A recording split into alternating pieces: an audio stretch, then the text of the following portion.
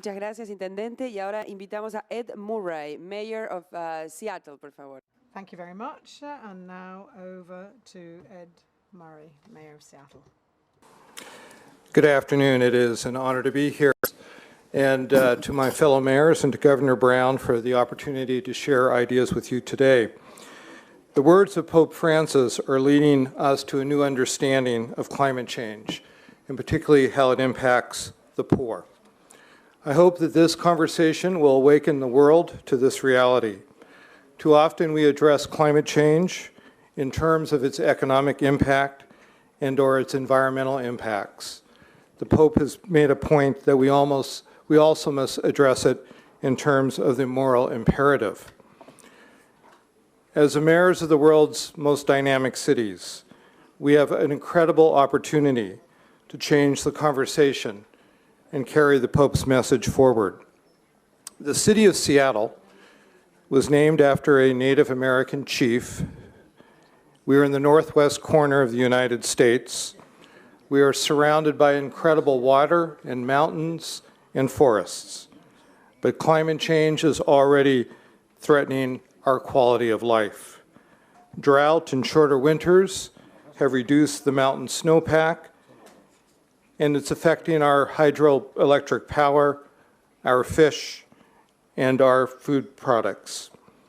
Seattle is committed to a bold goal of achieving zero carbon emissions by the year 2050.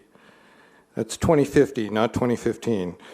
When measured by population, we have already reduced greenhouse emissions from vehicles, buildings, and waste by 20% since 1990. That's despite a 23% growth in population and a 14% increase in jobs. As the Pope cautioned, the human environment and the natural environment deteriorate together. In Seattle, we are humbled and inspired by his words. Our city is committed to equity and has a history of social justice. We led the nation last year in raising the minimum wage, and we're attempting to address issues such as affordable housing and access to jobs in our technology center. But low communities in Seattle, which often means, as in most of the United States, communities of color, immigrants, and refugees, are often left out of the environmental benefits of our cities. The disparities are not just about one city, and Mayor here today talked about the reality of New Orleans, but really the situation that happened there could happen in any city.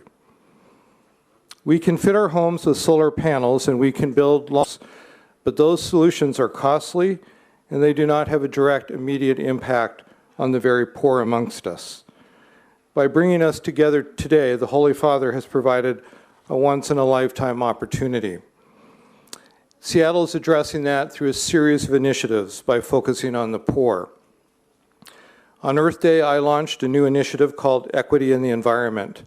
Through this initiative, we are looking at all of the policies of our city and determining how we can change those policies to benefit those who are least served amongst us when it comes to the environment.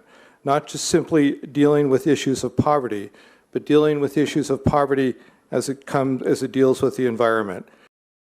With those communities, with their organizations, and developing an approach across numerous areas to deal with the environment in those parts of our city that are not benefiting the environment. Many of our lowest income neighborhoods are the most polluted. They're located near industries. They suffer higher rates of health problems, respiratory disease, and cancer. They are also located that are most likely to flood. So we're addressing infrastructure as well by identifying and installing new infrastructure that deals with issues such as drainage in those areas that are usually not served. These same neighborhoods often do not have access to healthy food, and we're focusing again on bringing fresh market food into our very low-income neighborhoods and developing markets in those neighborhoods for food. Next, we are focused on the issue of affordable housing. Seattle is one of America's fastest growing cities. Our economy is booming. You know and you've heard of our industries, Boeing and Microsoft, Starbucks and Amazon. But that great economic boom has made our city not affordable. Often those who work in service jobs in hotels or restaurants take the bus or drive to the suburbs at night to go home because they can't afford to live in the city they work in. The centerpiece of our plan to deal with affordable housing is to require that all new development in every neighborhood build for those who make the least, particularly those who are making less than medium wage. By building affordable housing in our existing neighborhoods where we have transit and parks and schools, we will make a significant impact on the environment as people take the bus or light rail instead of having to take the car hours every day from the suburbs into the city. The Atlantic magazine wrote last week that our plan could actually be the first to get growth right in a way that's fair. And as they said, they haven't seen that in an American city anywhere. Another challenge that we face is the great economy that we have is not necessarily benefiting those who actually live in this city. Many of our residents are not actually getting those jobs. So we're addressing this by looking at the area of technology and the environment and the issue of poverty and bringing them together. Through a new program called Community Power Works, we're actually training people to be part of the green economy, to retrofit house and buildings so that those buildings are more efficient and those individuals get a living wage job. And we've actually demonstrated that by being green, by caring about the environment, we can actually not hurt the economy, but create a new economy with folks who didn't have jobs before.